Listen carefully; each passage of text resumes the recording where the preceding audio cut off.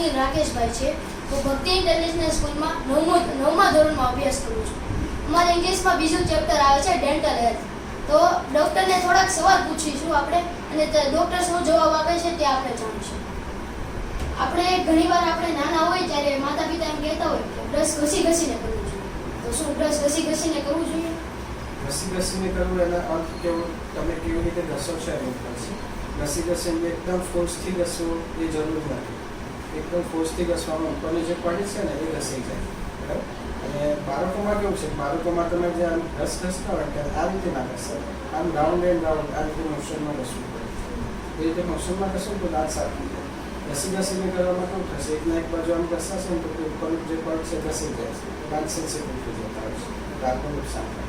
એ રીતે સાવ ઘસીને ના કરાય. આપણે ઘણીવાર મોઢામાંથી દુર્ગંધ આવતી હોય, તો એનું કારણ? મોઢામાંથી દુર્ગંધ આવવાના ઘણા કારણો છે. એક તો દાંતને લગતું હોય ને તો આમાં પેઢામાં ઇન્ફેક્શન હોય તો એવું બને. દાંત અને પેઢા વચ્ચે જે નોમિનલ પડદો એનો જે જગ્યા હોય છે એમાં કેવું છે કે આપણે જે બી જમતા હોઈએ ને મોઢામાં થોડુંક લાળ મળતી હોય એનાથી જે કહે ને કે પ્લાક ટાઈપ જે હોય સબસ્ટન્સ આવે એ ખોરાકના કણો છે એ દાંતને પેઢાની વચ્ચે ચોંટી જતા હોય. એ રૂટીન પ્રોસિજર છે, કુદરતી નેચર છે, એ ચાલુ છે, 24 કલાક એ ચાલુ છે, બરાબર.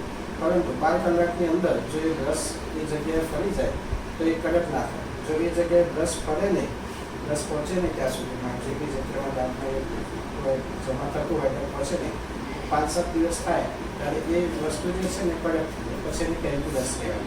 એ કેલ્ક્યુલસ થઈ જાય ને એ પેઢા અને દાંતથી અલગ કરી નાખે. જ્યારે પેઢામાં ઇન્ફેક્શન લાગી જતું હોય, દાંત નબળા પડે ત્યારે મોઢામાંથી દુર્ગંધ આવતી હોય. એક કારણ એ છે. બીજું કારણ એ છે કે તમારો ખોરાક કેવો છે. અમુક ખોરાક એવો હોય કે જેનાથી આપણને ઉદ્ગાર આવતો તો મોઢામાંથી સ્મેલ આવતો. અને એવા બીજા ઘણા બધા કારણો છે. દાંતને લગતું કારણ છે કે પેઢાનું ઇન્ફેક્શન. એ બચાવવા માટે થઈને આપણે દિવસમાં 2 વાર બ્રશ કરવું પડે. મેં કીધું 12 કલાકમાં આપણે બ્રશ કરવું જોઈએ. તો તમને ડૉક્ટર બનવાની પ્રેરણા ક્યાંથી અને એમાંય પછી દાંતની? ડૉક્ટર બનવાની પ્રેરણા કેવું છે, શરૂઆતથી સાયન્સમાં થોડાક નંબર આવતા હતા સારા એવા. એટલે પહેલાંથી ઈચ્છા હતી કે આમ આપણું જે બોડી છે ને એના વિશે જાણવું છે. એટલે ડૉક્ટર બનવાની ઈચ્છા પહેલાંથી હતી. સાયન્સ એટલા માટે જ લીધું બધા સાયન્સ કે આપણે ડૉક્ટર બનવું છે.